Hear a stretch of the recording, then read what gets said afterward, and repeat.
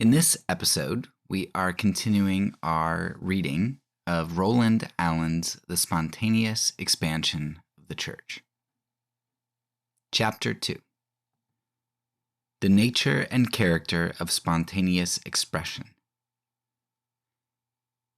In this chapter, I argue that spontaneous expression on the part both of individuals and of churches is the key to expansion, and that the restriction of it from fear of its uncontrollable character, though natural, is disastrous. When we turn from the restless entreaties and exhortations which fill the pages of our modern missionary magazines to the pages of the New Testament, we are astonished at the change in the atmosphere. St. Paul does not repeatedly exhort his churches to subscribe money for the propagation of the faith. He is far more concerned to explain to them what the faith is, and how they ought to practice it and keep it. The same is true of St. Peter and St. John, and of all the apostolic writers. They do not seem to feel any necessity to repeat the Great Commission, and to urge that it is the duty of their converts to make disciples of all the nations. What we read in the New Testament is no anxious appeal to Christians to spread the gospel, but a note here and there which suggests how the gospel was being spread abroad. The churches were established in the faith, and increased in number daily. In every place your faith to Godward is spread abroad, so that we need not speak anything, or as a result of persecution. They that were scattered abroad went everywhere preaching the word. This was not a peculiar note of the apostolic age, a sign of the amazing inspiration and power of apostolic preaching and example. For centuries, the Christian church continued to expand by its own inherent grace, and threw up an unceasing supply of missionaries without any direct exhortation. Nor was the result of the preaching of these unknown missionaries the creation of a multitude of detached groups of believers in cities and villages all over the empire. All these groups were fully equipped churches. The first knowledge that we have of existence of Christians in multitudes of places is the name of their bishop in the list of those attending some council.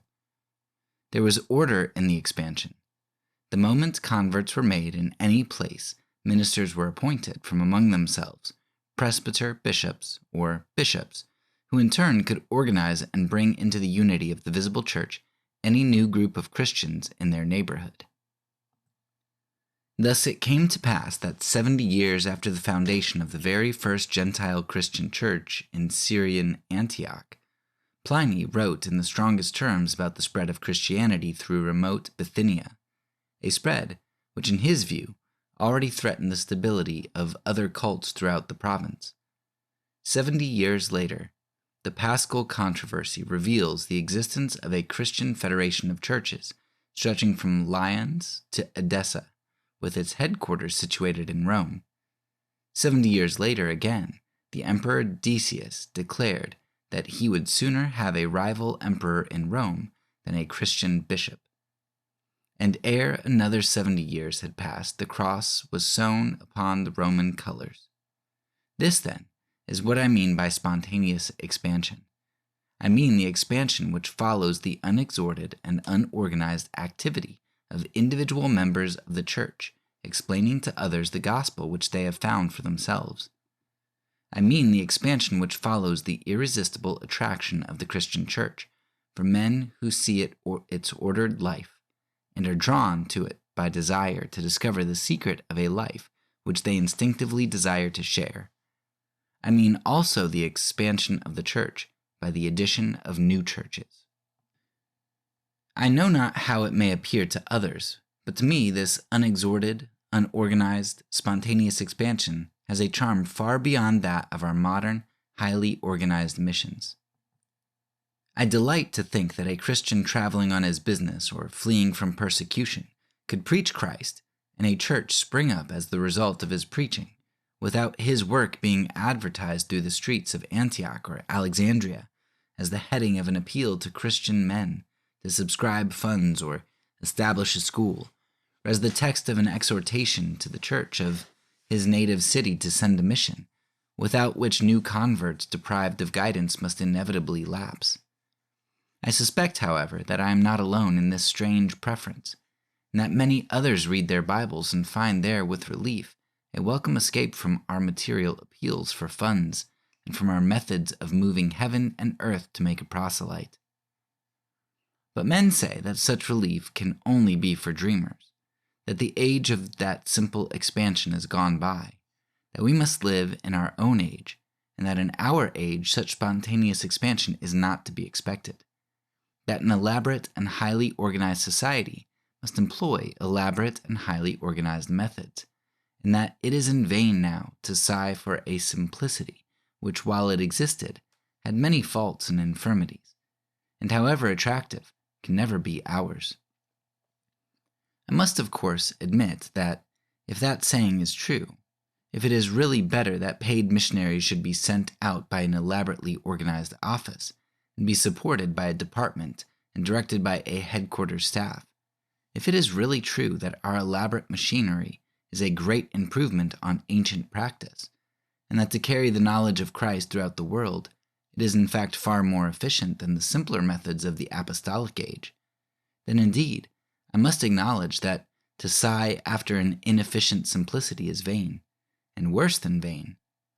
But if we, toiling under the burden of our organizations, sigh for that spontaneous freedom of expanding life, it is because we see in it something divine, something in its very nature profoundly efficient, something which we would gladly recover, something which the elaboration of our modern machinery obscures and deadens and kills. We must not exaggerate the efficiency of our modern, highly organized missions. In the year 1924 to 25, when a force of 1,233 foreign missionaries, aided by 15,183 paid native helpers, and supported by 603,169,000 baptized Christians, was under the direction of the most highly organized of our missionary societies, the CMS, the number of adults baptized in the year amounted to 31,329. That is, 1.9 to each paid worker, on the assumption that the 603,000 baptized Christians did nothing at all to spread the gospel. That is no doubt efficient as we count efficient work, but it surely leaves something to be desired. In Madagascar, for 25 years, all missionaries were driven from the island, and a severe persecution of the Christians was instituted. Yet, we are told, at the close of a quarter of a century, persecution, the followers of Christ had multiplied tenfold. Later, the missionaries were allowed to return. Mr. Hawkins describes the period, 1870 to 95, as a period of great development. The staff of all the missions at work in the island was greatly increased. Churches were erected all over the central province of Imernia, and the work was extended to other parts of the island. Hundreds of schools were established, and a theological college founded for the training of the native ministry. Handsome memorial churches were erected in Tenerife, on the sites where the Christian martyrs had yielded up their lives. A normal school and high schools for boys and girls were started. A medical mission was established. The organization of the native churches perfected, etc., etc. But did the followers of Christ multiply tenfold in these 25 years, or in the 25 years which followed the organization? That we are not told. If we seek for the cause which produces rapid expansion when a new faith seizes hold of men who feel able and free to propagate it spontaneously, of their own initiative, we find its roots in a certain natural instinct. This instinct is admirably expressed in a saying of Archytas of Tarentum, quoted by Cicero. If a man ascended to heaven and saw the beautiful nature of the world and of the stars, his feeling of wonder, in itself most delightful, would lose its sweetness if he had not someone to whom he could tell it. This is the instinctive force which drives men, even at the risk of life itself, to impart to others a newfound joy. That is why it is proverbially difficult to keep a secret. It is not surprising, then, that when Christians are scattered and feel solitary, this craving for fellowship should demand an outlet, especially when the hope of the gospel and the experience of its power is something new and wonderful. But in Christians there is more than this natural instinct.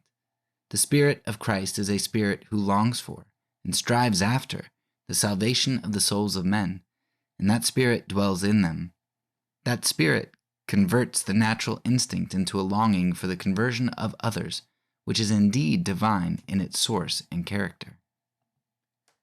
Where this instinct for expression, this divine desire for the salvation of others has free course, there it exercises a most extraordinary power.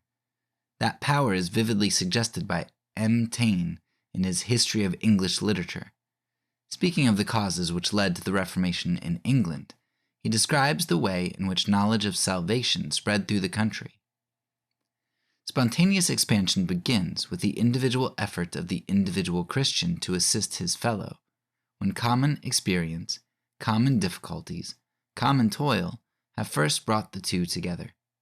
It is this equality and community of experience which makes the one deliver his message in terms which the other can understand, and makes the hearer approach the subject with sympathy and confidence. With sympathy, because the common experience makes approach easy and natural.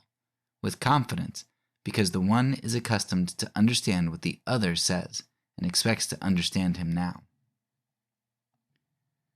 What carries conviction is the manifest disinterestedness of the speaker. He speaks from his heart because he is too eager to be able to refrain from speaking. His subject has gripped him. He speaks of what he knows, and knows by experience. The truth which he imparts is his own truth. He knows its force. He is speaking almost as much to relieve his own mind as to convert his hearer. And yet he is eager to convert his hearer as to relieve his own mind.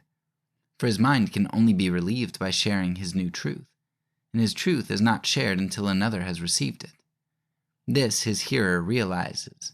Inevitably he is moved by it. Before he has experienced the truth himself, he has shared the speaker's experience. To all this is added the mysterious power of a secret. Christian experience is always a secret, and the man who speaks of it to another always pays him a subtle compliment when he entrusts him with his secret of life. But when, as is often the case in the mission field, that secret is a dangerous secret, when careless speech may lead to punishment, disgrace, or persecution, when the speaker entrusts his hearer with the safety of his life, or his liberty, or his property, such confidence, such trust, compel attention. Upon the speaker, too, the effort to express his truth exercises a profound effect. The expression of his experience intensifies it, it renews it, it repeats it, it enlightens it. In speaking of it, he goes through it again. In setting it before another, he sets it before himself in a new light. He gets a deeper sense of its reality and power and meaning. In speaking of it, he pledges himself to the conduct and life which it involves. He proclaims himself bound by it, and every time that his speech produces an effect upon another, that effect reacts upon himself, making his hold upon his truth surer and stronger. But this only if his speech is voluntary and spontaneous. If he is a paid agent, both speaker and hearer are affected by that fact. The speaker knows, and knows that the other knows, that he is employed by a mission to speak. He is not delivering his own message because he cannot help it. He is not speaking of Christ because Christ alone impels him. Do men not ask our paid agents, "How much are you paid for this work?" And must they not answer? And does not the answer destroy the effect of which we have been thinking? One of the great virtues of spontaneous, voluntary expression is that in the effort to express to another a truth which the speaker has found, he not only renews the past, but especially in the early stages, he finds out his own ignorance of many aspects of this truth, and he is greatly eager to learn and to inquire further for himself. He searches diligently for answers to difficulties which arise. He is not an authorized and licensed preacher. He has no professional omniscience to maintain. He can and will confess ignorance and seek help. He is forced to think over and over again, what are the implications of his truth? He has few ready-made stereotyped answers, and he goes on, no doubt. These tend to multiply, but they cannot multiply at first without much real experience. Thus, the voluntary, spontaneous expression of truth experienced strengthens and advances the speaker. Nevertheless, we instinctively distrust it. "You know," says M. Taine, addressing his readers, "you know the effect of such speech as that." We do know it, but most of us know it rather by an effort of the imagination than by experience. If M. Taine had appealed to us and said, "You know the results," would not most of us have answered with no less confidence, "We do"?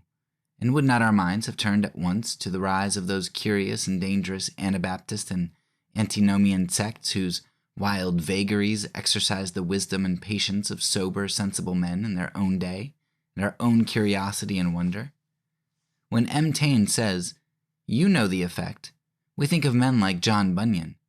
If he had said, "You know the result," we might have thought of that widespread knowledge of the Bible, of that sober, serious temper, that grave and orderly conduct, which put an indelible stamp for good on the character of our nation. But we instinctively thought first of heresies, schisms, party railings and disputings, the wild license of individual interpretation. If that is true, it is but an illustration of our modern attitude toward spontaneous expansion. It raises at once the question whether it is in the very nature desirable, and the instinctive thought in our minds has condemned it beforehand as an irrational method of religious progress.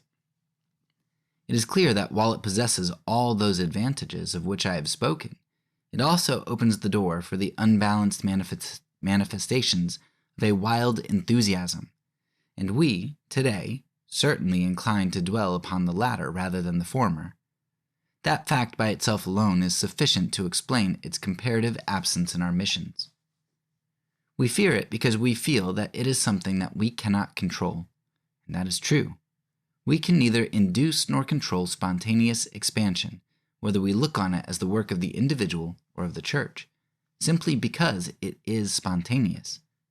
"The wind bloweth where it listeth," said Christ, and spontaneous activity is a movement of the Spirit in the individual and in the church, and we cannot control the Spirit. Given spontaneous zeal, we can direct it by instruction. Aquila could teach Apollos the way of God more perfectly, but teaching is not control. Teaching can be refused. Control cannot be refused, if it is control. Teaching leads to enlargement, control to restriction. To attempt to control spontaneous zeal is therefore to attempt to restrict it, and he who restricts a thing is glad of a little, but does not welcome much. Thus many of our missionaries welcome spontaneous zeal, provided there's not too much of it for their restrictions, just as an engineer laying out the course of a river is glad of some water to fill his channels, but does not want a flood which may sweep away his embankments. Such missionaries pray for the wind of the Spirit, but not for a rushing mighty wind. I'm writing because I believe in a rushing mighty wind, and desire its presence at all costs to our restrictions. But if that is what we are talking about, it is futile to imagine that we can control it. Let us begin by acknowledging that we cannot. If we do that, we may escape from the confusion created by those who say that they have spontaneous expansion in their missions, and welcome it and rejoice in it, and yet say also that they are sent to control and must control it. By spontaneous expansion, I mean something which we cannot control, and if we cannot control it, we ought, as I think, to rejoice that we cannot control it.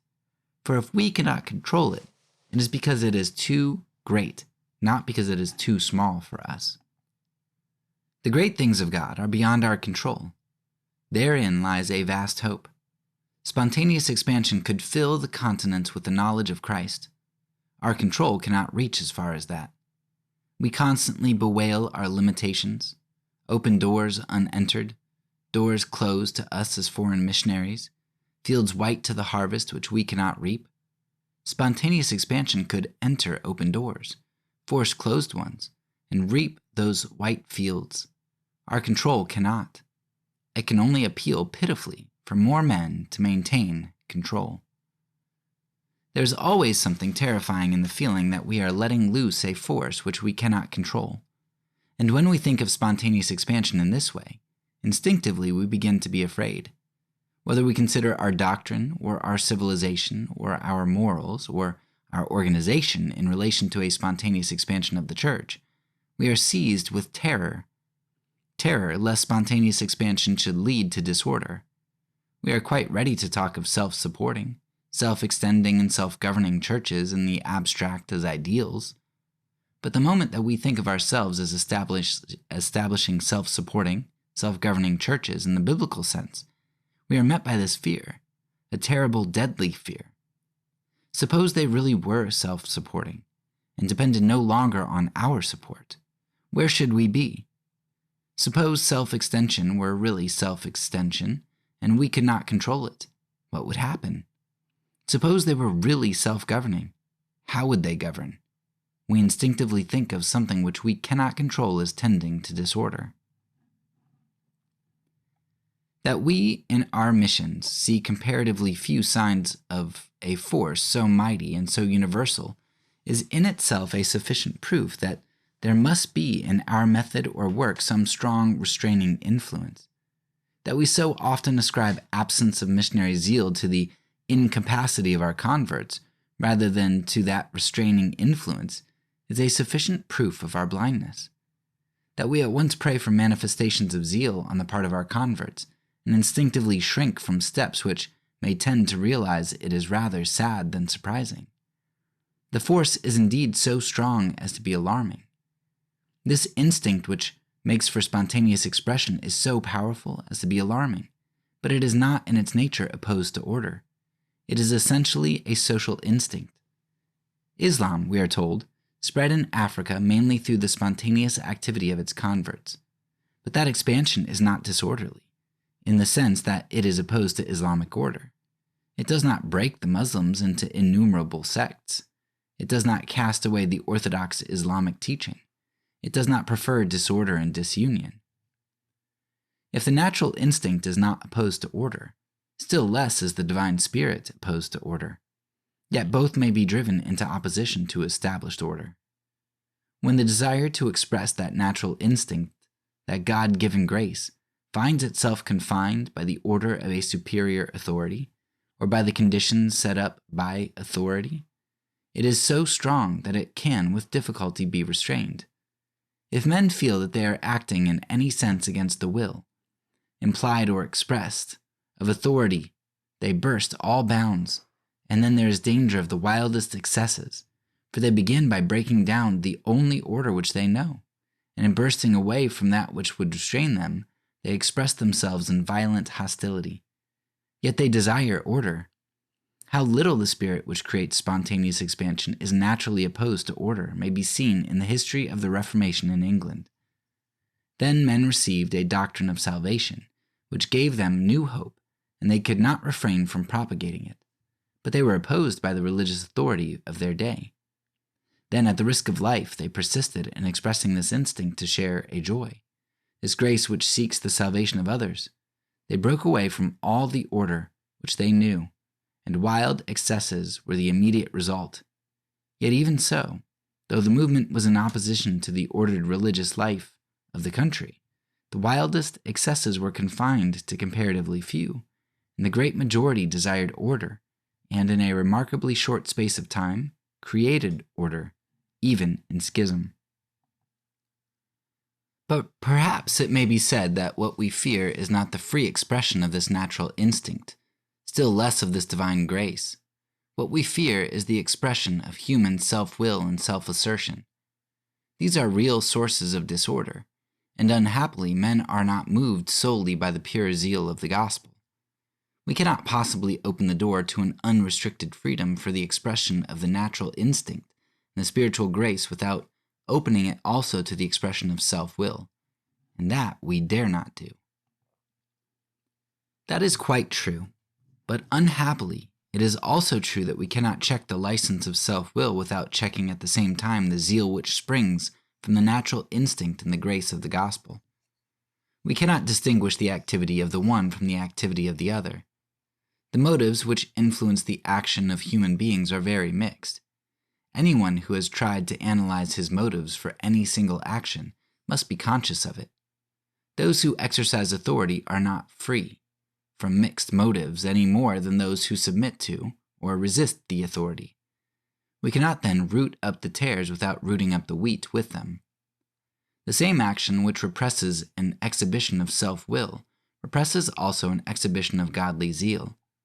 Indeed, godly zeal can generally be restrained with far lighter curb than self-assertion. An exercise of authority sufficiently strong to hold self-will within bounds is often sufficiently strong to suppress zeal altogether.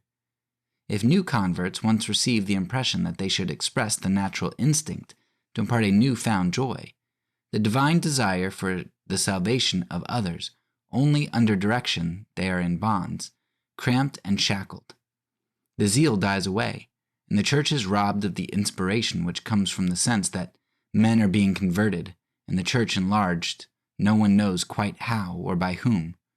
The church is robbed, not knowing how it is robbed, but slowly there grows up a dim sense that all is not well with it, that there has been some restraining influence, and sooner or later the Christians turn upon their directors and accuse them of having in some way held them back. They do not know what is wrong. Zeal for the conversion of their neighbors is not in their hearts or in their thoughts, but it is the suppression of that first zeal, which was never expressed, which is the real cause of their trouble. The same truth applies to churches. Spontaneous expansion begins with individual expression. It proceeds to corporate expression, and if the corporate expression is checked, there is again a danger of disorder. The denial of a native episcopate, the denial of self-government, seems at the moment to be a great security for order, and for the moment it is. But it represses the instinct for self-propagation and mars the fullness of life. For the instinct must be, then, stifled. That it should be stifled is a grievous loss to the whole body, for it means stagnation, and the stagnation of a part is a source of poison to the whole. The momentary security is thus gained at a serious cost, and it can only be momentary. The instinct for expression is so strong that it cannot long be restrained. Then must be repeated on a larger scale the struggle which we saw in the case of the individual. The time which this process may take to come to a head is perhaps longer than in the former case, but the longer the time, the more serious is the upheaval. Here, too, it is not the desire for expression which produces the disorder. It is the desire breaking out against order, because it cannot express itself within the order which it knows. That, too, is grievous. It means the rending of the body, and that is a sore evil, and a source of evil to the whole body. The only alternative is that it should have free course within the order of the whole. Neither the natural instinct, nor the grace of the gospel, nor the self-will of man can be permanently eradicated by any external authority. Self-will is the natural enemy of order. Godly zeal is its natural ally. Restraint forces godly zeal into opposition to order. Sooner or later it must break forth, and, if it breaks forth in opposition to order, self-will and self-assertion appear as its allies and flaunt themselves in the guise of the deliverers of godly zeal. It is dangerous to restrain what cannot be permanently crushed. Naturam expellas furca tamen usque recurat. We are in far greater danger of serious disorder when, in fear of the expression of self-will, we restrain a God-given instinct than when we accept the risks involved in giving it free play. Yet because we can, for the moment, by an exercise of authority, or by our influence, or by the influence of the conditions which we create, or by an insistence upon law, avoid the obvious present dangers of freedom, we naturally tend to think this the safe course. It is said when God announced to his angels his purpose to create man in his own image, Lucifer, who was not yet fallen from heaven, cried, "Surely he will not give them power to disobey him." And the Son answered him, "Power to fall is power to rise." Lucifer knew neither power to rise nor power to fall. But that word, power to fall, sunk deep into his heart, and he began to desire to know that power, and he plotted from that day forward the fall of man. He fell himself, and he taught man to know his power and to use his power to fall. When in the fullness of time he saw the redemption wrought by Christ, he began dimly to understand that power to fall is power to rise. But he understood it crookedly. Hence, as Christ's disciples began to multiply and his own kingdom to be diminished, his mind turned instinctively again to his power to fall. If he could check or hinder the power to fall, he might also, he thought, check the power to rise. He began by trying to induce the apostles to bind all the Gentile converts within the hedge of the Mosaic law, and he was foiled by the boldness of the faith of the great apostle of the Gentiles. But ever since, he has sought to attain his end, striving to induce the servants of Christ to deprive new converts of the power to fall, by hedging them round with laws of one kind or another, in the hope that so he might deprive them of the power to rise. And men, knowing the terrors of falling and dreading the power to fall for new converts, are only too ready to listen to him, for he plays upon their fears. This chapter fits extremely well in relation to this season on simplicity. Alan even mentions the word simplicity multiple times towards the beginning of this chapter. And if you're paying attention, I mean, it sounds very much like what Eller said in the last work that we read, The Outward Bound. And, this idea of technique and efficiency, we're talking about, let's see, he referenced like late 20s here. So Alan, hasn't gotten into Elul and all of that stuff, but he's now seen the First World War. He's seen industrialization in his generation or the generation before. Great industrialization, great organizations of societies with World War I and on the cusp of World War II within the next decade or so. Like all this modernization and efficiency is really coming on the scene. And if you listen to our propaganda season, this is also around the time how propaganda became public relations, that great work, and just talking about how everything started to be organized and this efficiency mindedness started to come in. So whether Alan has that big scope in mind or not, he references notions of efficiency here. He's talking about missions boards, and he's like, and we've got however many thousands of missionaries he's talking about, and all this money and all these resources that you're pumping in, and you've got to have, once you get converts, you got to have these Christian schools, and you got to have these institutions, and he's like, is it really the most efficient? He gives an example of, I guess, Madagascar, when missionaries were kicked out and they came back after a little bit, and the Christians had grown tenfold.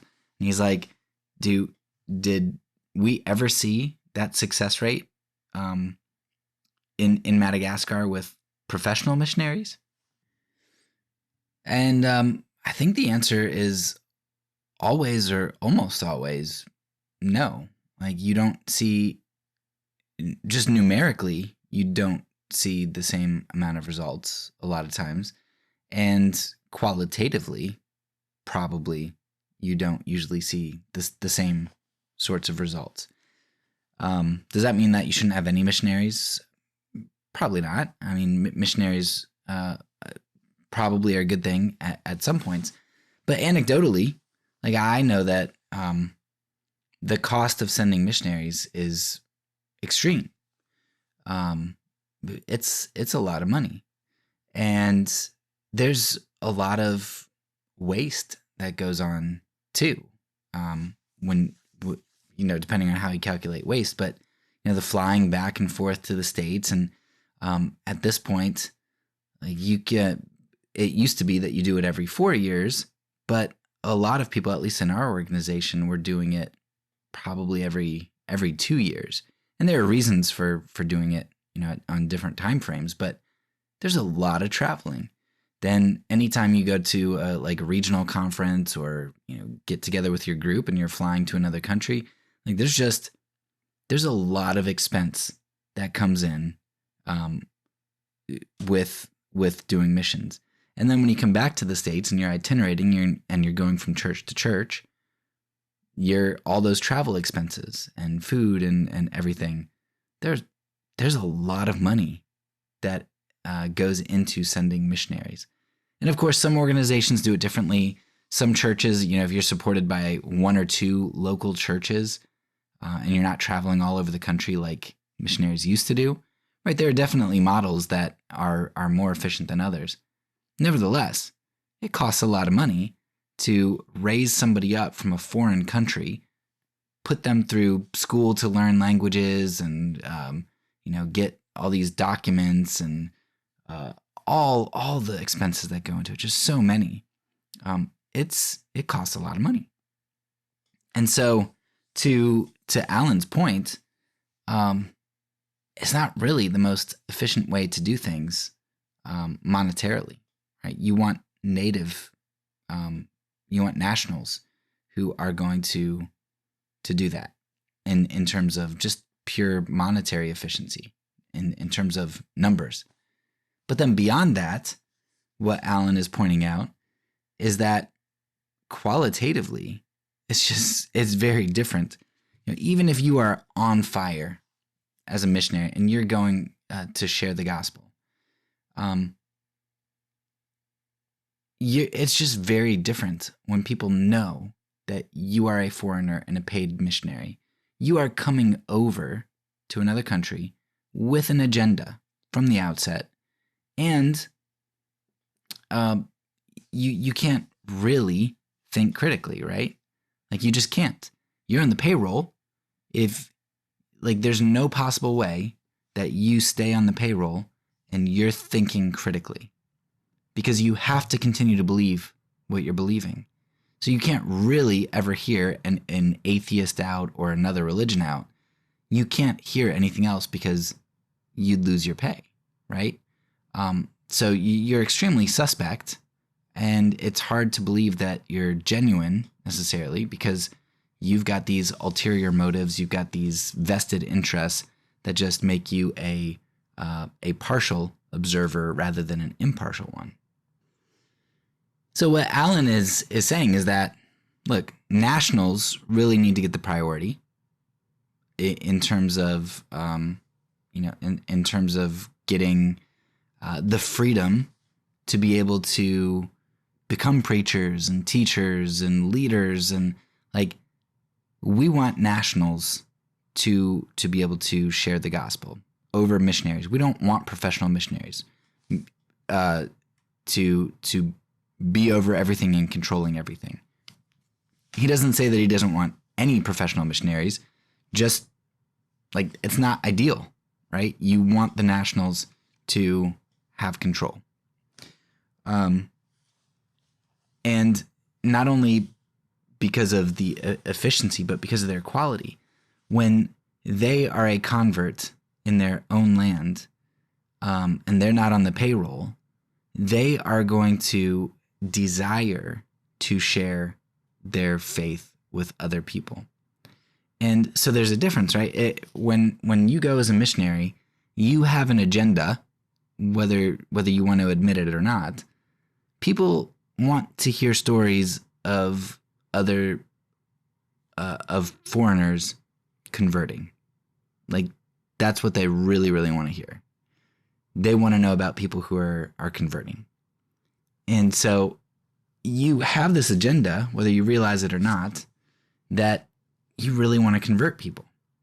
And so you, in a sense, sure, you want good for all people, but you're also, in a sense, objectifying people, right? For your pay, for your notoriety. So people think you're a good missionary, and just because you're trying to accomplish some goal in their life.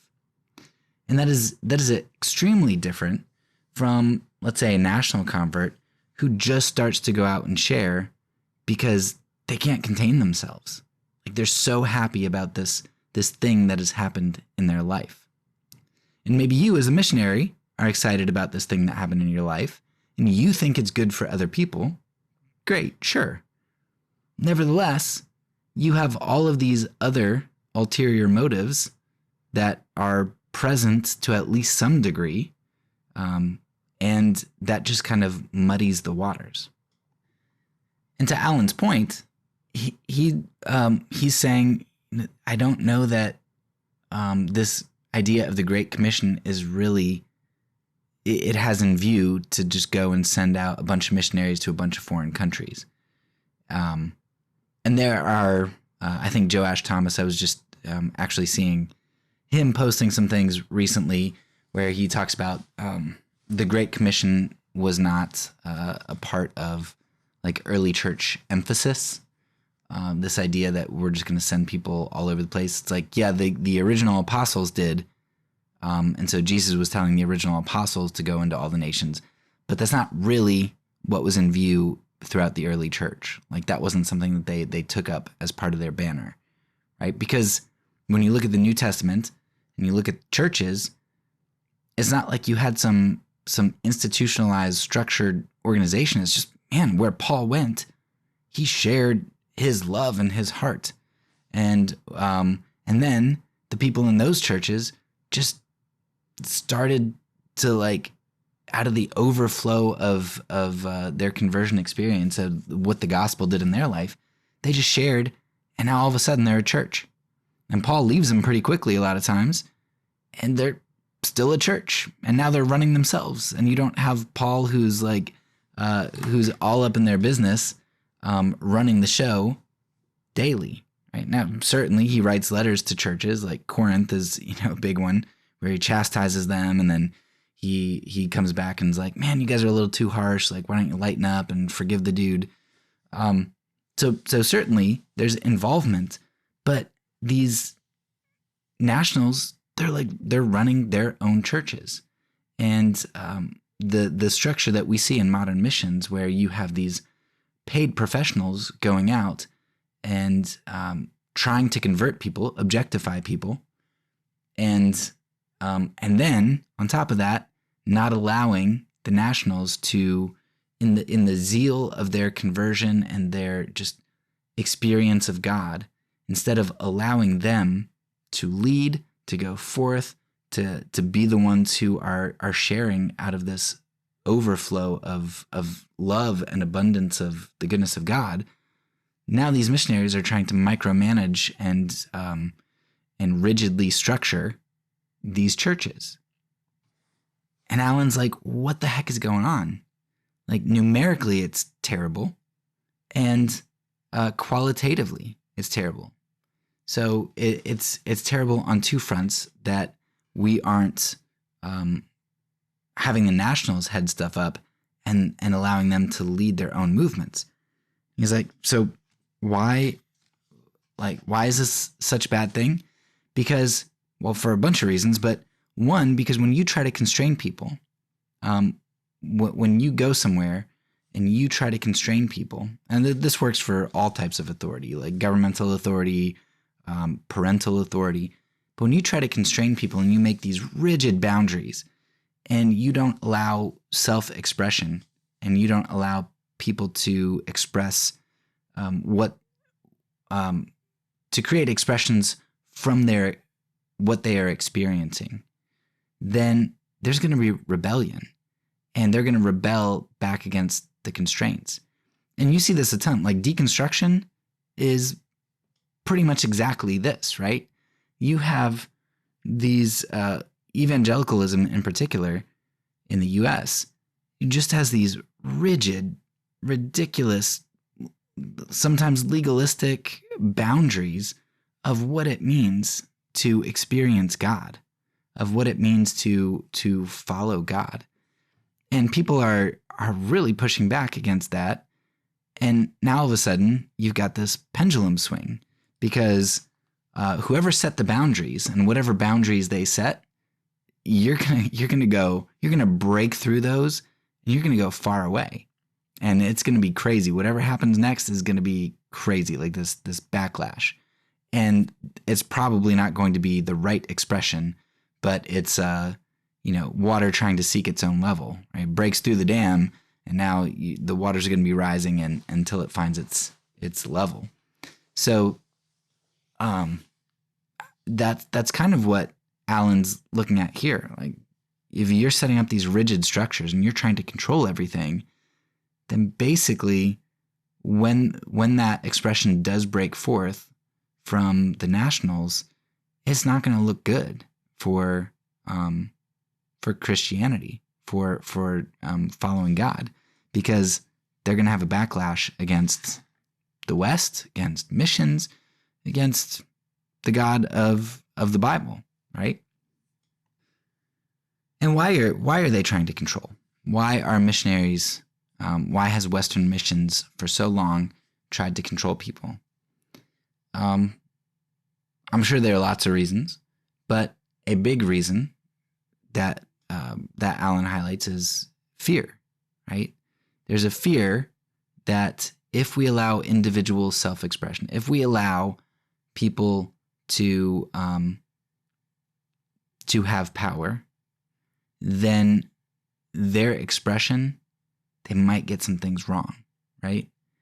They might have some doctrinal flaws. They might not do things the way that we do. They might not see eye to eye with us.